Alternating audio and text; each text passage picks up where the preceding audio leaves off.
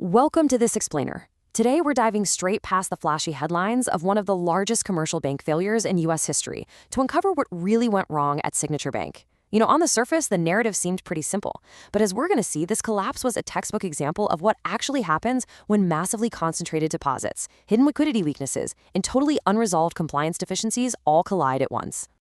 Here's our roadmap for today. We've got 5 key stops. 1. The $18 billion run. 2. Growth without the brakes. 3. The crypto contagion effect. 4. Ignoring the red flags. And 5. The true cost of speed. We're going to look past the superficial labels and expose the deep, interconnected structural rot beneath the surface. All right, let's jump right into Section 1, the $18 billion run. Let's start at the very tip of the iceberg with the devastating catalyst itself. It's March 10, 2023. Following closely on the heels of the Silvergate and Silicon Valley Bank failures, Signature receives a staggering $18.6 billion in withdrawal requests in a single day. I mean, think about that for a second. That was roughly 1/5 of its entire deposit base just evaporating in a matter of hours. And things unraveled with terrifying speed. From that initial massive shock on a Friday, fast forward to Sunday afternoon, March 12th, their available liquidity plummeted to an estimated $3 billion. That is a mere 4% of their deposits left. By that evening, regulators had to step in, deciding the bank just couldn't safely reopen. The bank simply couldn't identify and pledge enough eligible assets as collateral to secure the emergency cash it desperately needed to survive. Which brings us to Section 2, growth without the brakes. To understand exactly why the bank couldn't survive this catastrophic run, we have to look at how incredibly fast it was expanding. It's kind of like a sports car accelerating to really dangerous speeds. Signature's assets more than doubled in just 2 short years, jumping from $51 billion at the end of 2019 all the way up to $118 billion by the end of 2021. This wasn't some distressed institution bleeding cash. They were booming. But that rapid expansion introduced massive new complexities, entirely new customer segments, and operational dependencies that the bank's internal systems simply couldn't handle.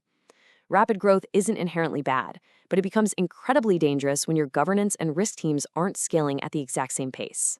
This explosive growth relied heavily on massively concentrated, large commercial customers. By the end of 2022, Signature reported a shocking 90% of its deposits exceeded standard insured limits. These were large corporate and institutional relationships capable of moving vast sums of money through online wire transfer systems in a matter of hours. And here's the kicker. These customers often share the exact same advisors, industries, and information networks. Meaning, if one of them panics, they literally all panic at the exact same time. Now, sure, the FDIC later revised that 90% uninsured estimate down to around 72% just before the crisis, factoring in some really complex pass-through coverage for the underlying clients of those accounts. But honestly, the reality on the ground was quite different. So here's the crucial point to take away. For liquidity planning, actual customer behavior matters far more than formal insurance limits. During a sheer panic, the largest depositors withdraw all their funds, totally regardless of whether some complex calculation might eventually insure a portion of it. Size and concentration were the true structural vulnerabilities here. Moving on to Section 3, the crypto contagion effect. The media was incredibly quick to slap the crypto bank failure label on Signature, but the hard data reveals a completely different and, frankly, much more fascinating story about what actually drove the panic. Digital asset companies only accounted for about 18% of Signature's deposits shortly before closure. Yes, they had expanded into digital assets banking, for sure, but they were by no means exclusively a crypto bank. In fact, New York regulators found that withdrawals from digital asset businesses were broadly proportionate to their overall share of the deposit base. The crypto customers actually weren't abandoning ship any faster than anyone else. What actually happened is a phenomenon we call reputational contagion. Because the markets and folks on social media strongly associated Signature with the cryptocurrency sector, lumping it right in with Silvergate and SVB, that crypto bank label accelerated intense concern among commercial customers completely outside the digital asset sector. It proves that a bank can become so heavily associated with one volatile industry that panic just spreads like wildfire across its entire, totally unrelated depositor base.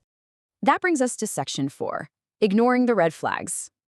As we dive even deeper to the base of the iceberg, we find a massive, deeply ingrained culture of rapid growth that entirely outpaced risk governance, particularly when it came to their anti-money laundering or AML controls. Take a look at this 2022 draft supervisory letter. It concluded the bank's overall AML and sanctions risk profile was incredibly high. Examiners cited totally inadequate board oversight of internal controls and pointed to numerous new and repeat findings. Astonishingly, out of 13 matters requiring board attention, 8 of them were directly AML related. Things were getting so severe that the FDIC was actually considering a formal consent order against the bank right at the time it closed. And as regulators noted, a pattern matters so much more than any single finding. This wasn't just an isolated mistake. Signature had actually faced an informal enforcement action way back in 2016 for similar internal control weaknesses. By the end of the 2020 examination cycle, they had a staggering 61 outstanding supervisory recommendations across different risk areas.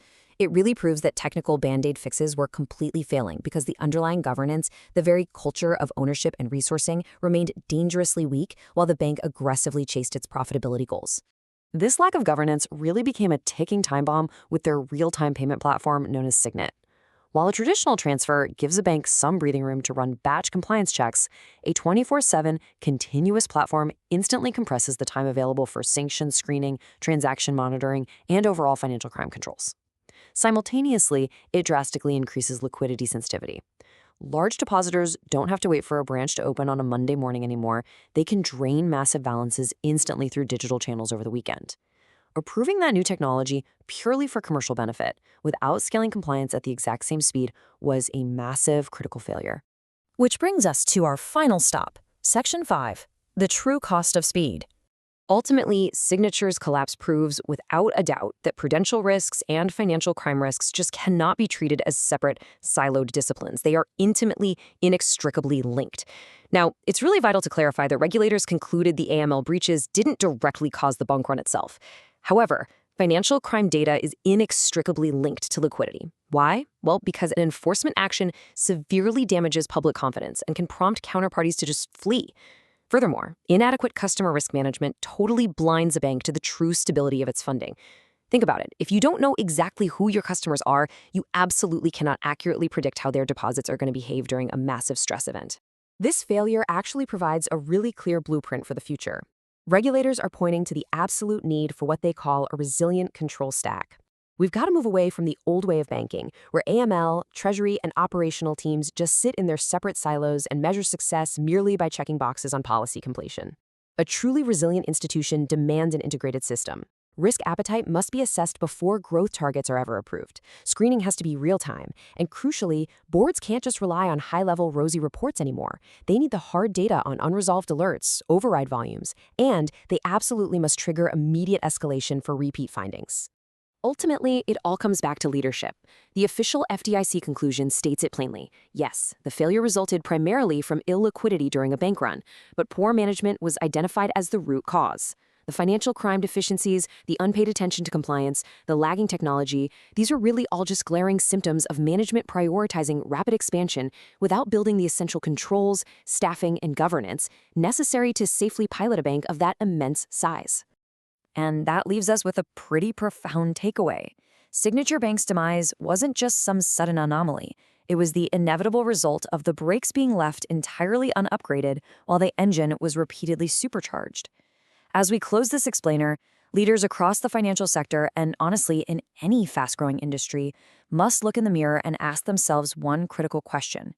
As your business accelerates into new markets and exciting technologies, are your compliance controls and governance scaling at the exact same speed? Because if the answer is no, it might just be a matter of time before you hit a wall. Thank you so much for joining me on this explainer, and remember to keep asking those tough questions.